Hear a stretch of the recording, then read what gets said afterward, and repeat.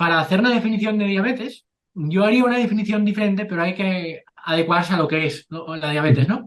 Y de forma sencilla, muy básica, lo que significa es, tengo la glucosa alta. Eso a nivel práctico. Y eso no explica el por qué tengo la glucosa alta, ¿no? El por qué serían los tipos. Pero la Ajá. causa, o sea, el síntoma, que es yo tengo la glucosa alta y eso puede desencadenarme en problemas en las arterias y en muchos órganos del cuerpo. Y pues eso es lo que realmente significa diabetes. Y luego, cuando hablemos de los tipos, pues significa que tengo la glucosa alta por un motivo o por otro. A mí me gusta cambiar un poco la definición y Ujú. dejar de llamar la Adelante. diabetes tipo 1 insulino dependiente. Porque es como siempre se ha conocido, pero realmente sabemos que no es así, porque la diabetes tipo 2 también puede derivar en necesitar insulina exógena, ¿no?, como Ujú. tratamiento. Sí. Entonces, me gusta diferenciarlas como que un tipo de diabetes, que es la tipo 1, es por un déficit de insulina, es decir, por tener muy poca capacidad de producir insulina, y es una enfermedad que es autoinmune, es porque tus defensas destruyen las células que producen insulina y por eso no tienes capacidad de segregar insulina. Entonces, quedémonos con que la diabetes tipo 1 es por tener muy poca insulina o inexistente. En cambio, en la diabetes tipo 2, lo que sucede es el caso opuesto, que vas generando resistencia a la insulina, vas teniendo la insulina muy alta, valores crónicos de insulina muy elevados, eso va causando resistencia a la insulina y hace que, como la insulina no funciona bien en tu cuerpo, que es la hormona que hace que bajen los niveles de glucosa, pues acabas teniendo los niveles de glucosa altos. Entonces, en este promedio, digamos que a nivel general y fácil, en la diabetes tipo 2 hay la insulina muy elevada y en la diabetes tipo 1 la insulina muy baja.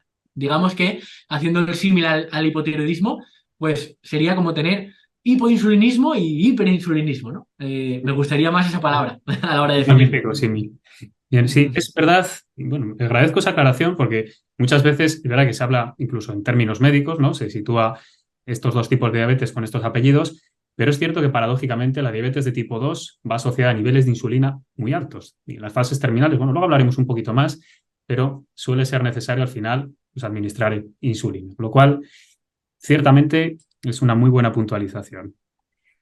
Perfecto, Enol. Bien, vamos en un segundo bloque a ver, bueno, pues qué tendríamos que hacer nosotros si padecemos diabetes y cómo podemos controlar la glucemia. Esto es, bueno, pues tu fuerte, es tu día a día y me gustaría comenzar hablando sobre, pues, precisamente eso, cómo podemos prevenir la diabetes, especialmente, vamos a empezar por la de tipo 2, ¿vale?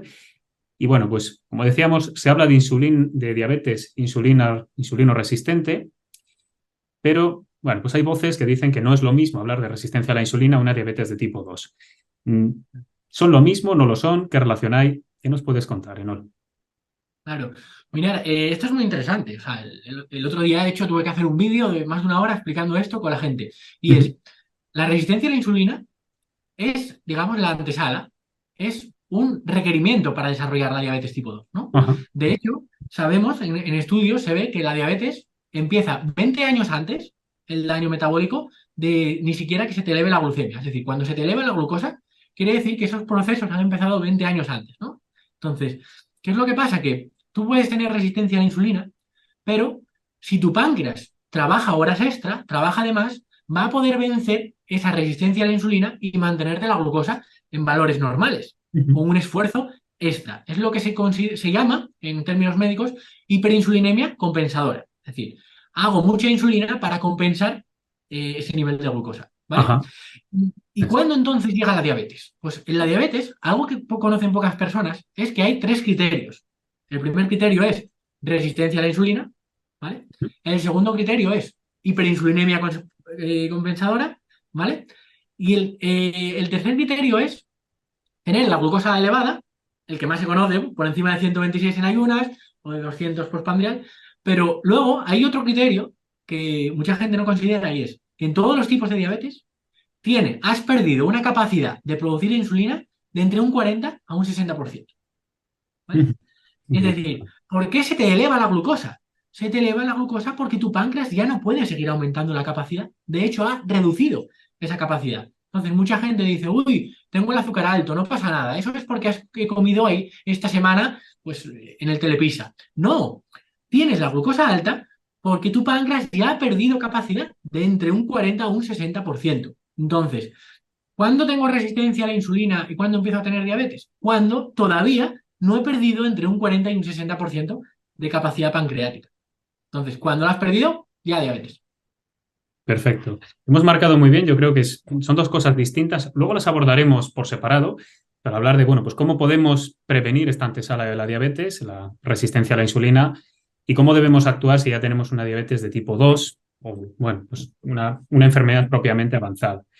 Luego volveremos sobre estos aspectos clínicos y, bueno, quería hacer aquí un inciso, precisamente porque, bueno, habrá muchas personas ahora mismo, diferido, que nos estén escuchando y estén particularmente interesadas por su condición de resistencia a la insulina, que estarán expectantes de saber qué tengo que hacer, cómo debo actuar, ¿vale? ¿Qué recomendaciones básicas les darías a estas personas en, bueno, pues en su estilo de vida, en su dieta, para controlar la glucemia y evitar que esto, bueno, pues posteriormente depare en una diabetes de tipo 2? Claro. Aquí, cuando hablamos de prevención, Ujú. ¿vale? Es muy importante que no hay prevención de enfermedades por separado, ¿vale? No hay de prevención de resistencia a la insulina, prevención de diabetes, prevención de hipertensión, prevención de enfermedad cardiovascular. Vale. Hay prevención, ¿sabes? Ujú. Prevención de enfermedad. Y eso es lo que debe abordarse, ¿no? Y una de las cosas que más previene la enfermedad es, en este caso esta, es tener un buen ratio músculo-grasa. Es decir, tener una buena cantidad de masa muscular y un perfil bajo de grasa corporal, en concreto de grasa visceral.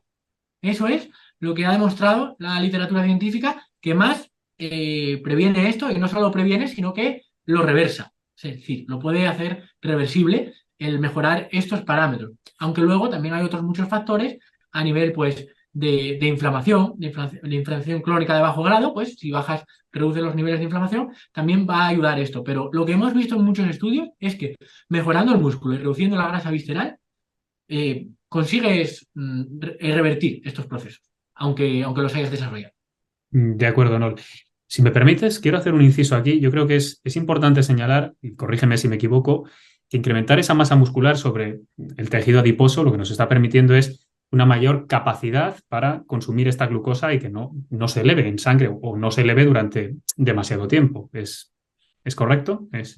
Sí, sí, en parte pasa, es así. Y además, lo que conseguimos con tener más músculo y luego no solo tenerlo, sino utilizarlo, que Ujú. cuando hacemos el ejercicio se secretan unas hormonas que, bueno, siempre se han llamado unas hormonas que son eserquinas, se denominan así, porque son hormonas que solo se secretan en esas cantidades con el ejercicio. Por eso han cambiado el nombre recientemente y se llaman eserquinas de ejercicio, Tienes. ¿no? No sé si Antes se guardan llamaban alguna relación con las encefalinas, endorfinas.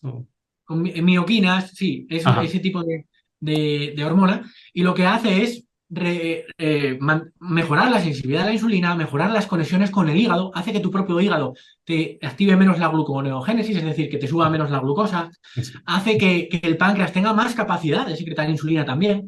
Y se ha visto en estudios que este tipo de hormonas lo que hace es actuar en todas las dianas terapéuticas de la diabetes a la vez. Ujú. Entonces, por eso es tan beneficioso, más allá de quemar glucosa durante el propio ejercicio, es porque mejora todo este ambiente hormonal todo el rato, ¿sabes? No solo durante el ejercicio. O Entonces, sea, por eso es tenemos tan fundamental. una mejor homeostasis y coordinación metabólica en Claro, este eje intestino, o luego, sea, páncreas, perdón, hígado, músculo, tejido adiposo. claro, eso Es es. Y luego interesante. tienes la parte de la grasa visceral. La grasa visceral hace lo contrario. Al infiltrarse en los órganos, especialmente en el hígado y en el páncreas, lo que hace es que pierdas capacidad de producir insulina y Ujú. además el hígado desarrolle resistencias a la insulina en el hígado, que se vuelva el hígado graso y que el hígado pues envíe mucha más glucosa a la sangre de la que debería. Entonces, digamos que hay como esa cuerda que una tira para un lado y otro para el otro, ¿no? Por eso necesitamos ambas. Desde luego. Muchas gracias. Es muy interesante y además está muy bien explicado el proceso. Bien, retomando la pregunta anterior, Enol, quería preguntarte qué tipo de dietas, nutrientes, suplementos nutricionales recomendarías tomar a una persona que tiene resistencia a la insulina. Vamos a irnos primero a este, a esta alarma o a esta antesala de una posible diabetes. ¿Cómo se debería actuar desde la dieta? Sí. Desde la dieta, yo lo que defino es, lo primero, la base principal es, tiene que ser una dieta que primero haga la dieta del ejercicio, o sea, no Bien. se te ocurra no hacer ejercicio de fuerza especialmente, que es el pilar, Pero luego, si hablamos ya en serio con el tema nutricional, lo digo porque hacer dieta y tener resistencia a la insulina, si no haces ejercicio, puede llegar a ser hasta contraproducente, ¿sabes? Mm. Porque vas a perder más músculo. Entonces, una vez que ya hacemos eso, lo que optaría es, el primer pilar, necesitamos una dieta que nos haga perder grasa visceral, ¿vale? En concreto, abdominal. Entonces, ese es el primer pilar, más allá de meternos en nutrientes, de si hay que comer más hidratos, menos. Entonces, si yo no pierdo grasa visceral, posiblemente no mejore la resistencia a la insulina, independientemente de muy sano que comas, ¿vale? Evidentemente, Vale. comer sano mejor. Y ese es el primer pilar. El segundo pilar, basar tu alimentación en alimentos reales, ¿vale? Reducir los ultraprocesados y que puedas reducir grasa visceral, pero con comida natural, con comida nutritiva, rica en nutrientes. Es más, nutriéndote, dejando de comer y nutriéndote, ¿vale? Dejar de comer alimentos en sí y pensar en comer nutrientes, ¿vale? Una dieta nutritiva. Y una vez que ya abarcamos todo eso, pues tiene cierto beneficio reducir la ingesta de carbohidratos, sobre todo los hidratos refinados, ¿de Mm. acuerdo? Es reducir esos hidratos refinados porque van a hacer que tu páncreas requiera utilizar más cantidad de insulina y en Vale. el caso de incluirlos más en el periodo cercano al entrenamiento, para que estén más disponibles para el músculo y que pues, te permita tener una mayor mejora en la resistencia a la insulina de forma más inmediata, ¿no? Pero quiero matizar eso, que si yo consigo mejorar el músculo y reducir la grasa visceral con una dieta con la que me sienta cómodo, pues que lo voy a conseguir coma más hidratos o coma menos, ¿vale? Ese no es el factor diferencial. Y en los estudios nos lo muestran claro que no hay ahora mismo una distribución perfecta de macronutrientes. Lo que realmente importa es conseguir estas adaptaciones de lo que estamos hablando. Perfecto. Nos quedamos con esta recomendación porque, de hecho, bueno, pues sabemos que, como tú bien decías, en todo el tema de prevención, al final el ejercicio físico, el deporte, siempre es beneficioso y en este caso, bueno, pues reducir la grasa visceral, incrementar la masa muscular y sobre todo, bueno, pues tener una alimentación más equilibrada, más nutritiva y con, por supuesto, menos cantidad de azúcares refinados o azúcares sencillos van a ser aspectos clave. Bien, eh, me gustaría preguntarte, Enol, en un aspecto concreto, por los beneficios que nos aportaría precisamente en la nutrición la suplementación con ácidos grasos omega-3. Hablamos de omega-3 de cadena larga, ¿vale? El ácido docosahexanoico o DHA, el eicosapentaenoico o EPA, y sobre todo, bueno, pues en personas que ya tienen desarrollado una diabetes de tipo 2. ¿Qué importancia tiene? Pues tienen una importancia relativa, ¿no? Y yo, por ejemplo, siempre que empezamos a utilizar los suplementos de omega 3, yo siempre lo hacía desde la perspectiva de salud cardiovascular, no pensando en una píldora contra la diabetes, porque teníamos ahí estudios dispares, ¿no? De que tenía beneficio o no tenía beneficio. Ya sabes que la estandarización de los estudios Sí. era un poco complicada. Entonces, lo que veíamos es que, oye, yo voy a dar el suplemento de omega 3 pensando en ese beneficio cardiovascular que tiene, pues, tener un índice de omega 3 pues, superior al 8% que vemos, ¿no? Y eso fue como empezamos a hacerlo. Lo que pasa es que luego te pones a indagar y aquellas personas que hemos visto que tienen bajos niveles de omega 3 pues al corregirlos te das cuenta que luego te pones a indagar y te das cuenta que el DHA en concreto bueno, y el EPA también tienen un impacto en que vuelven más permeables las membranas y eso favorece el transporte de la glucosa. Entonces, lo que hemos visto es que los pacientes que mejoran este índice de omega 3 con suplementación, pues realmente ven un impacto positivo a la hora de mejorar hemoglobina glicosilada y mejorar glucemias.